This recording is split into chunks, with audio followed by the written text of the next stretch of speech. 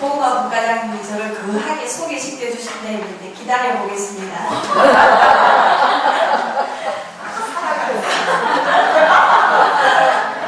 강사를 모셨는데 전화가 겹쳐가지고 참 안타까운 것 같습니다. 지금부터 성경 특강을 시작하겠습니다. 오늘 강의를 해주실 강사는 저희 신단 제1 코리아 단장이시고 그 다음에 마산교구 성경 봉사자로 오랫동안 봉사하고 계시고 저희 본당에서는 수요일 저녁 8시에 성경 공부반을 이끌고 있습니다. 한영민 미카엘라 자매님 큰 박수 부탁드립니다.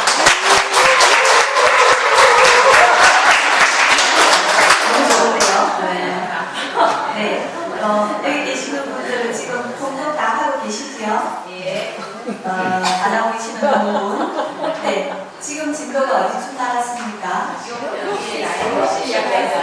네, 그렇습니다. 오늘 끝나면 여기가 끝이 나거든요. 그래서 어쨌건 이제 신부님이 계획하신 3호 목표에 따라서 1년 동안 공복을 진행하고 있고, 그 다음에 공복 시작부터 제일 첫 번째 대립 때부터 공복을 위한 특강을 했는데 혹시 기억나십니까? 예. 거기서 강사분 모셔다가 내린 기다림으로 성경 특강을 시작했습니다. 그죠? 그리고 이 자리에서 5개월 끝내고 특강을 했는데 오스자 헬레나 자매님 모시고 했고, 지금은 그 다음에 내림 때 오셨던 그분 한 번 더 모시고 앵콜로 한번 역사서에 대해서 했었습니다. 부활 때. 기억나십니까? 네. 이렇게 해서 우리 구약은 크게 4개의 그룹으로 되어 있는데, 제가 방금 말씀드린 것처럼 제일 첫 나오는 게 오경이죠. 그죠? 오경이라 하면 첫 번째 책이 창세기, 탈출기,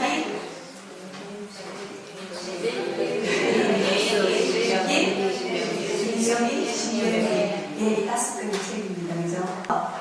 오경에 대한 주제는 뭐냐면 뭐라고 기억하십니까? 율법. 또 오경이 전체적으로 전하고 있는 얘기들은 하나님의 가르침이라는 말로. 그래서 오경은 이스라엘 백성이 체험한 그 하느님을 고백하는 얘기면서 맨 처음 이들의 첫 기억이 뭐냐면 탈출입니다. 에서의 탈출, 죽음에서의 생명으로 넘어감. 근데 이거에 대한 기억에서부터 시작해서 거꾸로 역으로 창세기가 쓰여집니다. 지금 우리를 구원하신 하나님이 왜 우리를 구원하셨는데, 왜 구원하셨습니까? 하나님이 이스라엘 백성을 구원하신 이유는 사랑하기 때문에. 오른 속에서 하나님이 이스라엘 백성을 구원하신 이유는 미리 약속하셨기 때문에. 그죠? 그래서 왜 약속을 하셨습니까?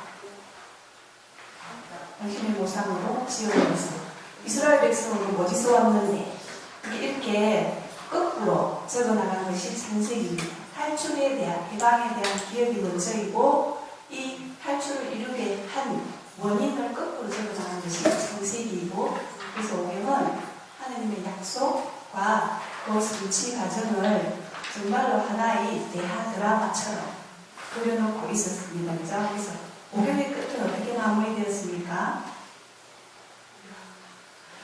그래서 오경의 끝은 모세가 약속의 땅을 바라보며 죽는 걸로 끝이 났습니다. 그런데 하나님께서 이스라엘 백성에게 약속하신 약속의 내용은 뭐였습니까? 복을 주겠다, 땅을 주겠다, 약속을 주겠다, 아니 자손을 주겠다 했잖아요. 저희 세 가지를 약속을 하셨는데 오경 끝에 이루지 못합니다. 땅을 얻었습니까? 여중이었습니다. 그죠? 그래서 이게 어디 가야 최종적으로 성취가 되냐면 여호수아까지 넘어가야 가나안 땅을 차지하고, 그죠? 이 하나님의 약속이 제대로 완전히 완성되는 지점이 어디지요? 제가 숨이 좀 가빠서 잠시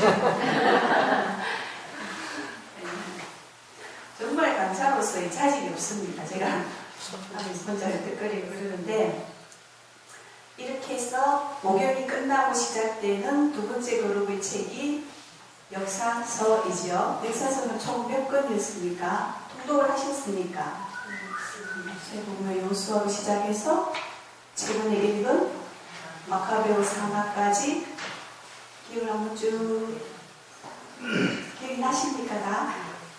네, 그래서 16권 정도의 역사서를 쭉 읽었습니다. 약속의 땅에 들어가서 다윗 왕 시절에 제대의 복을 얻고 얼마 안 있어서 그 나라가 두 개로 갈라져 버리고 북쪽은 먼저 망하고 남유다는 좀 더 버티다가 누구에 의해서?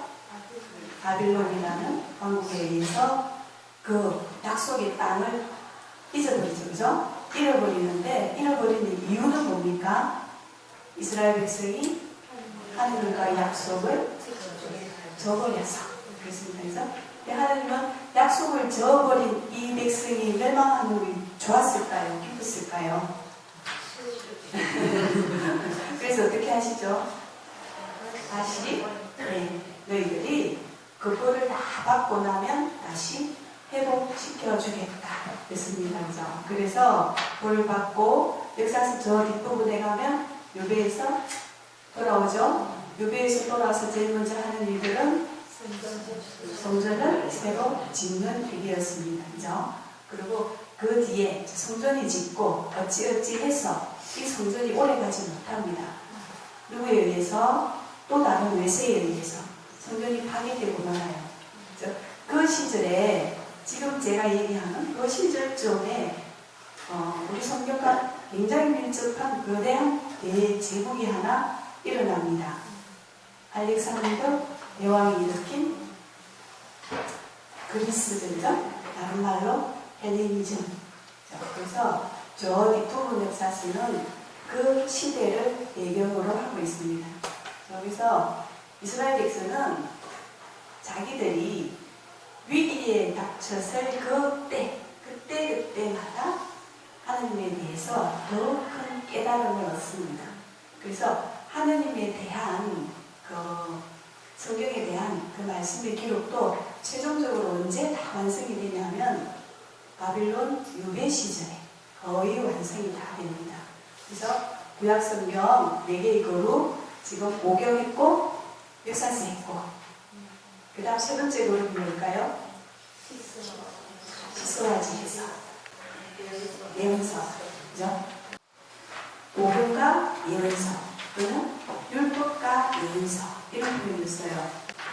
역사적으로 시대 순으로 적었다면 예언서가 맨 뒤에 있으면 안 되거든요.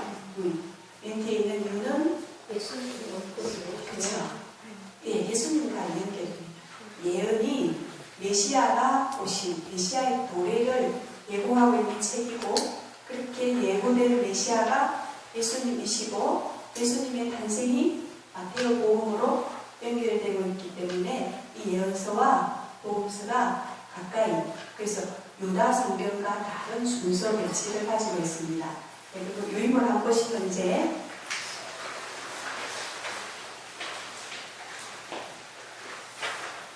그 통독반을 진행하는 목적은 뭐냐면 우리가 성경을 너무 어렵고 너무 거룩하고 그래서 감히 가까이 할 수 없고 언제나 먼지가 뽀얗게 세워두는 책이 아니라 좀 가까이 접할 수 있게 하기 위해서 우선 통독으로 진행을 하는 거거든요. 그래서 이거를 읽을 때 통짜로 이야기로 흐름을 타면서 쭉 읽으시면 좋고 그때마다 조금 도움이 될까 해서 이 특강을 마련을 하는 것입니다. 그래서 시스와 지혜서는 이제 세 번째 그룹을 형성하고 있는데 오경과 예언서와 좀 굉장히 다른 면을 지닙니다. 오경은 우리가 말한 아까 하나님의 가르침, 율법, 하나님의 법. 예언서는 하나님의 말씀. 하나님의 말씀과 하나님의 가르침은 주로 위에서부터 오는 거잖아요. 그죠? 여기에 비해서 이 세 번째 그룹이 시서와 지혜서는 반대로 아래로부터 이야기입니다. 인간이 삶을 살아갈 때는 체험을 해봤더니 솔로몬처럼 온갖 것을 다 누리고 다 해봤더니 결국에는 인간의 힘으로는 어쩔 수 없는 뭔가가 있더라는 겁니다. 그렇죠? 그래서 그 법칙이 뭔가 했더니 하느님이셨다는 거죠. 창조주 하느님. 그래서 거꾸로 인간이 고백하고 응답하는 어록이 시소와 지혜서입니다. 그래서 이거 예문학적인 표현은 주로 어떻게 하냐면 내가 겪어봤더니, 내가 알기로는 이렇게 표현을 합니다. 이에 비해서 이것은 어떻게 하냐면 주님의 말씀이 누구에게 내렸다고 이런 표현 방식을 쓰거든요. 그래서 욥기를 시작으로 할 수 있는 시서와 지혜서가 총 몇 건입니까? 그림도 보시면 7건으로 형성되어 있고 순서대로 한번 읽어볼게요. 욥기, 시편, 잠언, 고헬렛, 아가, 예서, 예, 이런 요소를 가지고는 유다인들이 이해한 시대술입니다. 유다인들이 욥기를 아주 고대의 현장을 이해했습니다. 아주 고대의 존재하던 아주 지혜로운 인물. 그 다음에 나오는 것이 시편이죠, 그죠?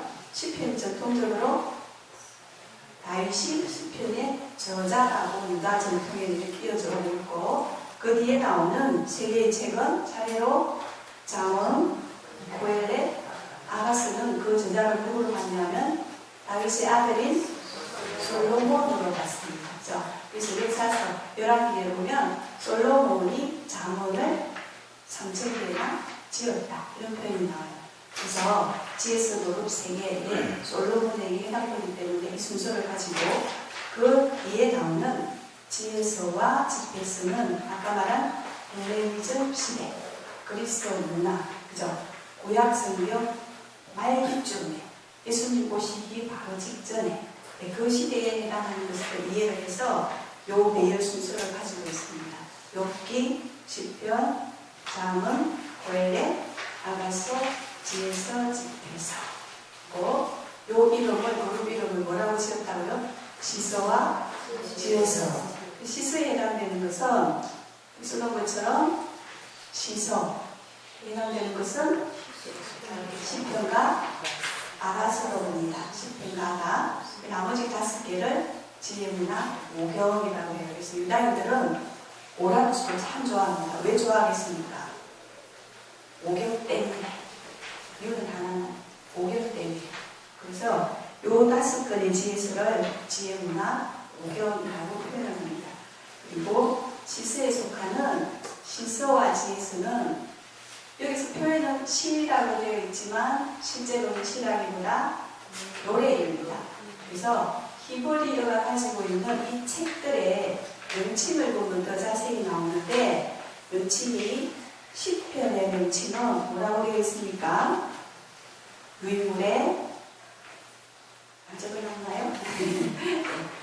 욥기가 먼저 나와 있구나. 네. 시편에 대한 히브리의 책 이름은 테힐림입니다. 테힐림의 뜻은 찬양가들인 거죠. 찬양가 하는 거죠. 노래.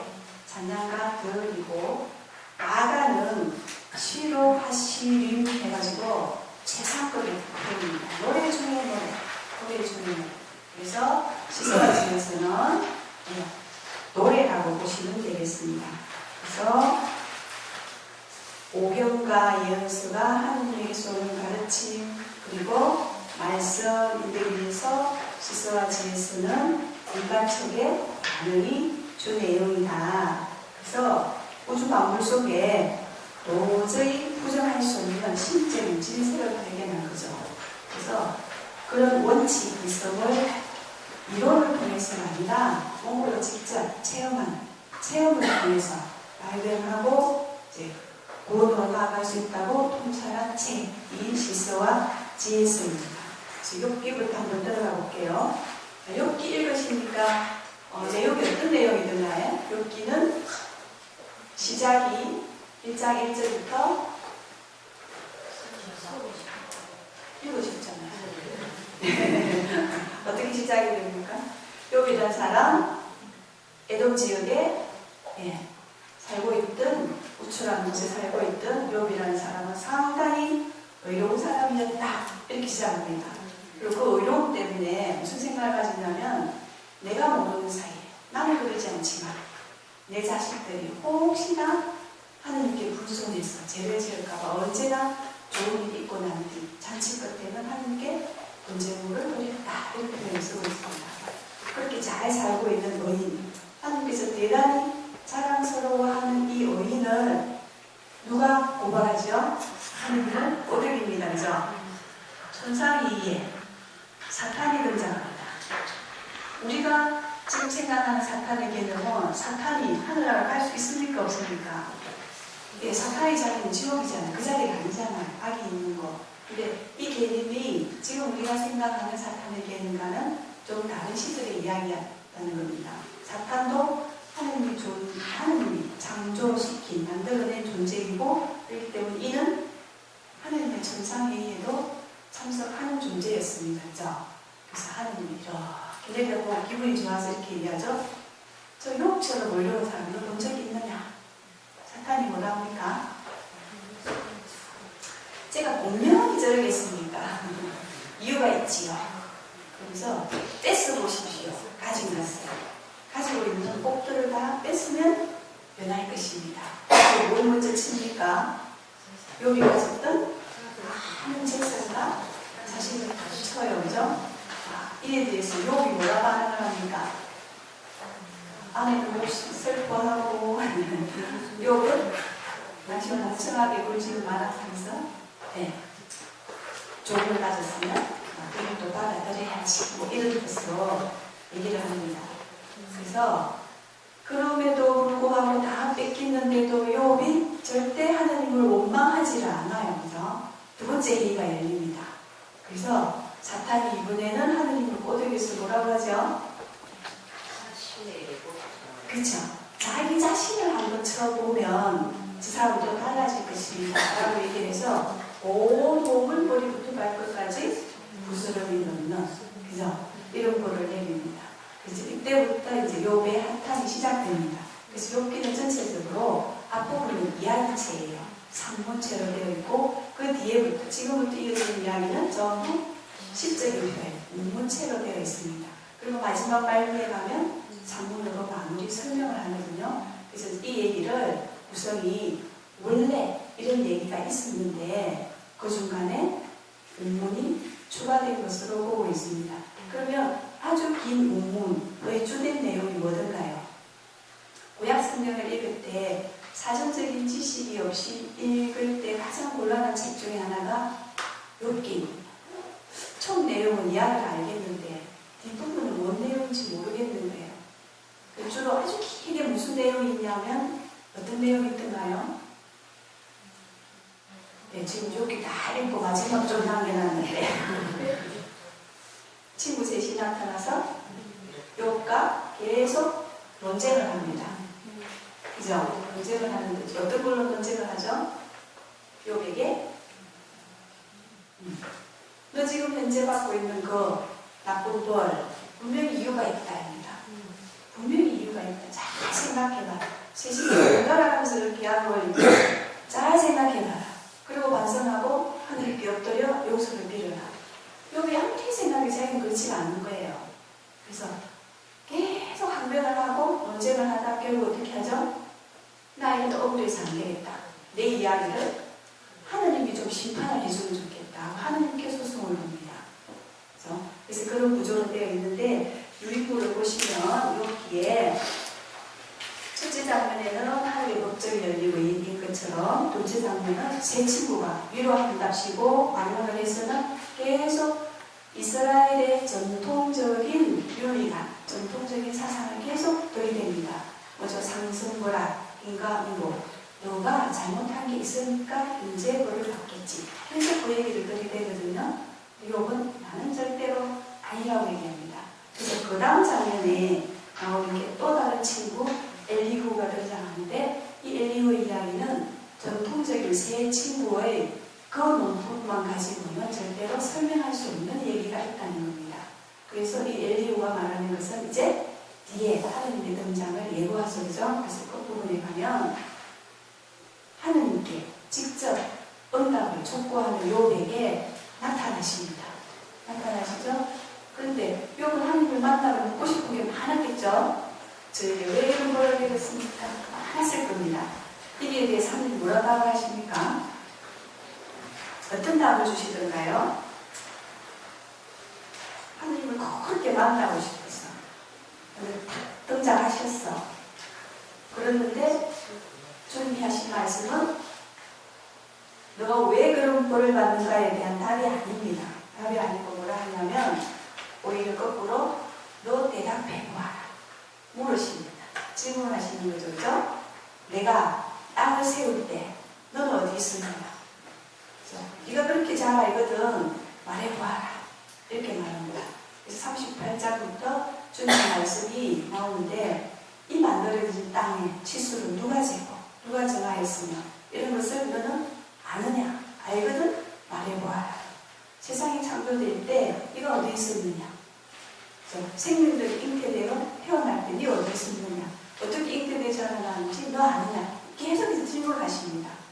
질문을 하면서 깨닫는 바가 뭐죠?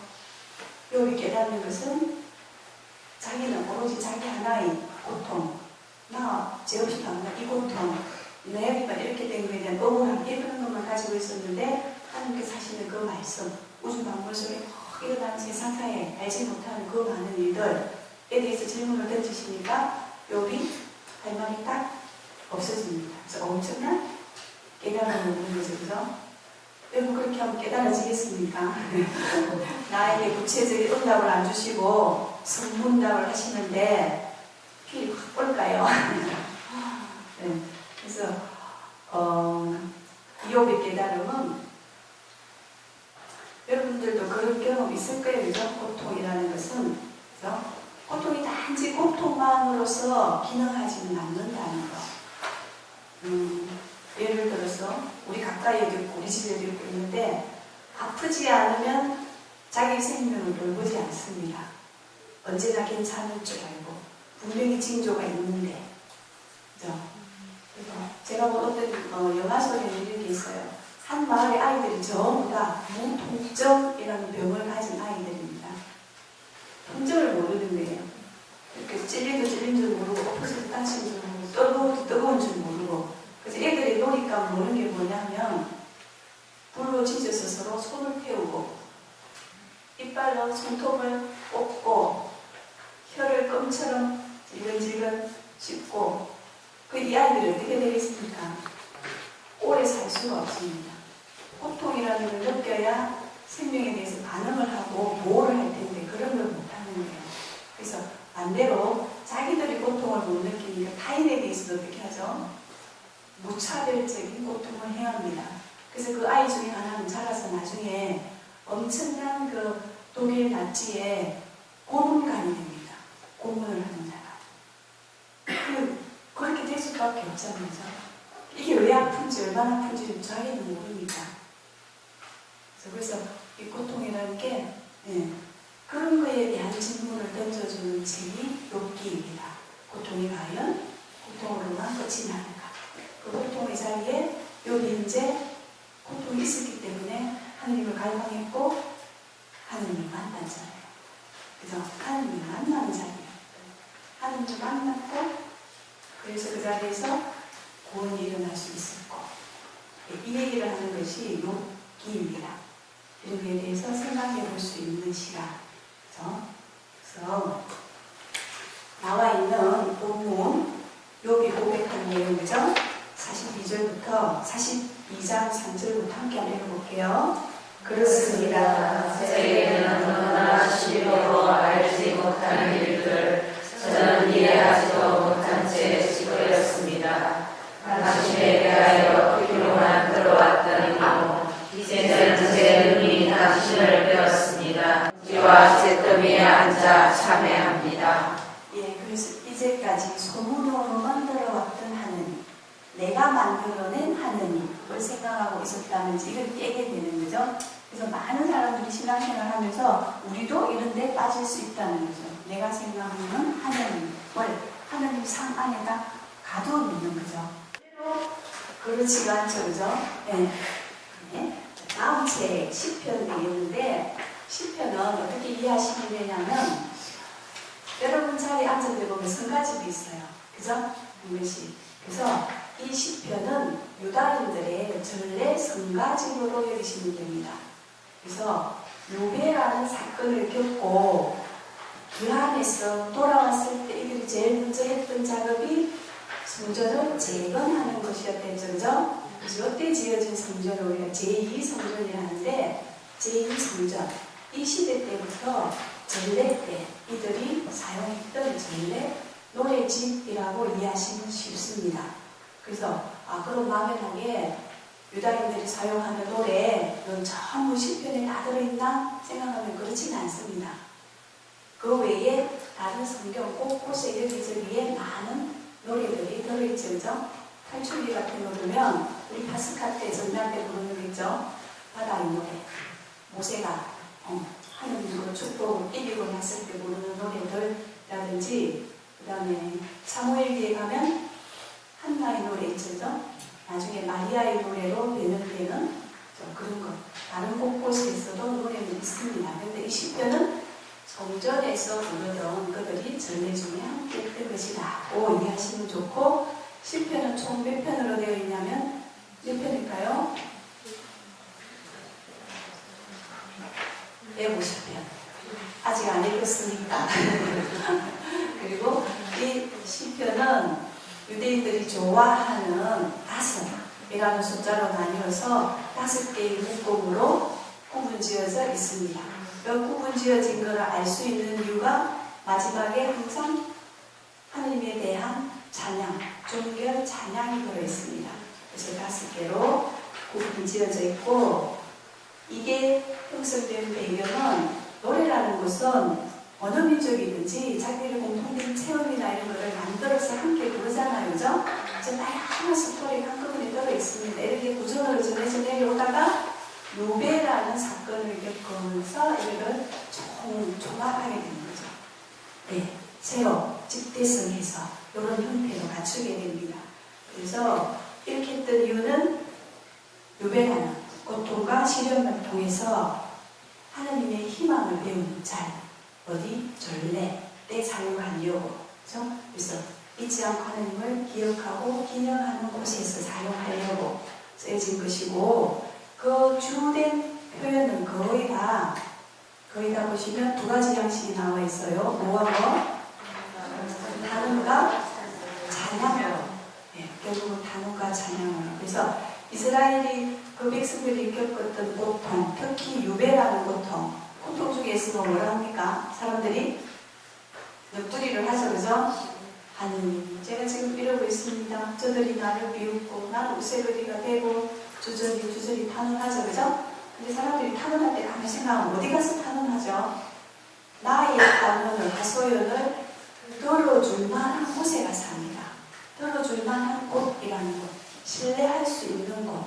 그죠? 그래서 이들이 가장 신뢰할 수 있는 하느님 앞에 온갖 것을 있는 그대로 말 것의 언어로 그대로 생생하게 단언을 합니다. 그 단언 끝에는 그 단언 속에 믿음이 들어있는 우리를 구원해 주실 분은 하나님이시라는 믿음이 있으니까 그죠? 그래서 믿음 우리를 구원해 주실 걸 믿습니다 하면 그 뒤에 나오는 것은 당신은 참히 찬양합니다. 이렇게 되는 거예요. 그래서 시편은 크게 단언의 이야기와 하나님에 대한 찬미 찬양으로 섞여 있습니다. 거의 한 가지의 노래 속에 있어. 그리고 굉장히 어려운 것 중에 하나가 시편 읽다 보면 다양한 몰입거리 나오는 거예요. 알지 못하는 언어들과. 그래서 밑에 예를 마스기, 시가연, 믹탐 이런 걸 써놨는데 이 용어 자체는 무슨 뜻인지 잘 모르기 때문에 번역되지 않았습니다. 언제부터 이게 뭔지 잘 모른다는 것. 그래서 이게 최종 편집될 때 그들은 잘 알았겠지만 그 이후에는 이게 뭔 뜻인지 잘 모르는 거예요. 그래서 가락을 표현할 때 나리꽃 가락으로 나리꽃 가락으로 노래를 불러보십시오. 그 당시는 알았다는 거죠. 자기들끼리. 새벽